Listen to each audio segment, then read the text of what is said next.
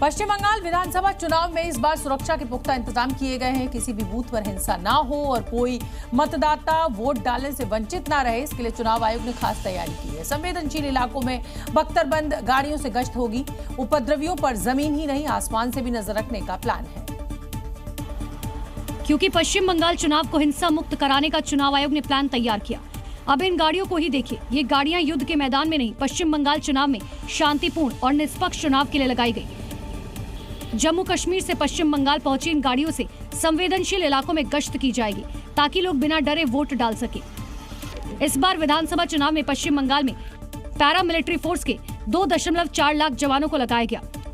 CRPF, BSF, ITBP के साथ Bihar, UP और मध्य प्रदेश पुलिस के जवान भी चुनावी ड्यूटी में लगाए जाएंगे। 2021 के चुनाव में यहाँ पैरामिलिट्री फोर्स की 1071 कंपनियां तैनात की गई थी। इस बार दोगुनी से भी ज्यादा 2400 कंपनियां तैनात की जाएंगी। बांग्लादेश से सटी सीमा को सील किया गया। बीएसएफ के जवान दिन रात मार्च कर रहे हैं। चुनाव से जुड़े महत्वपूर्ण जगहों की सुरक्षा पहले ही कड़ी कर दी गई। पिछले चुनावों में जहां हिंसा हुई थी वहां विशेष चौकसी बरती जा रही है। पोलिंग बूथ को इस बार किले में तब्दील किया जाएगा ताकि हिंसा की कोई गुंजाइश न हो। असम विधानसभा चुनाव के लिए मतदान आज खत्म हो गया, लेकिन सियासत अभी भी जारी है। मुख्यमंत्री हेमंत बिस्वा शर्मा की पत्नी पर लगे आरोपों के खिलाफ कांग्रेस प्रवक्ता पवन खेड़ा पर दर्ज एफआईआर के आधार पर उनकी तलाश चल रही है। लेकिन एक बार फिर पवन खेड़ा सोशल मीडिया पर आए और जमकर आरोप लगाए। इसी बीच तेलंगाना हाईकोर्ट में पवन खेड़ा की तरफ से अग्रिम जमानत याचिका दाखिल की गई।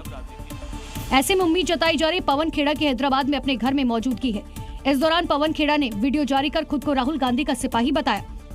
सवाल ही तो उठाए हैं कांग्रेस पार्टी ने। आप कांग्रेस पार्टी को चुप क्यों करवाना चाहते हैं? मुझे चुप क्यों करवाना चाहते हैं? सवाल पूछे हैं, जवाब दीजिए।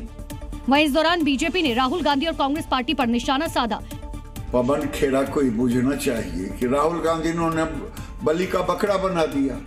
झूठे आरोप पेश करने के लिए चुनाव के एक हफ्ता पहले भ्रम फैलाने में ये राहुल गांधी ने इनसे करवाया होगा।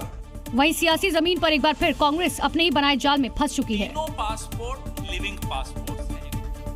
अगली खबर बिहार से है, जहां अगले मुख्यमंत्री को लेकर तस्वीर अभी तक साफ नहीं हुई है और इस बीच मुख्यमंत्री नीतीश कुमार दिल्ली पहुंच चुके हैं। सम्राट चौधरी को लेकर अटकलें हालांकि तेज हैं। उन्हें मुख्यमंत्री पद का प्रबल दावेदार माना जा रहा है, लेकिन आज पटना में जो कुछ हुआ उसने कई सवाल भी खड़े कर दिए हैं। अब इन दो तस्वीरों को जरा गौर से देखिए। पटना में बीजेपी दफ्तर के बाहर सम्राट चौधरी के समर्थन में पोस्टर लगा है, जिसे थोड़ी देर बाद वहां तैनात सुरक्षाकर्मी ने हटा दिया। अब पोस्टर की लिखावट को पढ़िए। वाल्मीकि समाज संघ की तरफ से लगाए गए पोस्टर में लिखा है, बिहार में हो सम्राट की सरकार, मतलब सम्राट चौधरी को बिहार के अगले सीएम बनाने की मांग की गई है। लेकिन थोड़ी देर बाद ही सुरक्षाकर्मियों ने इस पोस्टर को फाड़ दिया और वहां से हटा दिया गया।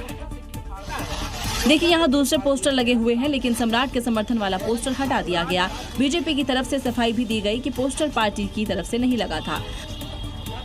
नीतीश कुमार और सम्राट चौधरी दिल्ली में हैं। नीतीश कुमार के बाद अगला सीएम कौन होगा, इस पर तस्वीर साफ नहीं है। अगले कुछ दिनों में दिल्ली में मैराथन बैठकें होनी हैं। इस बीच बीजेपी नहीं चाहती है कि किसी पोस्टर या बयान का बखेड़ा बने। शायद यही कारण है कि पोस्टर को पार्टी दफ्तर के बाहर से तुरंत हटा लिया गया।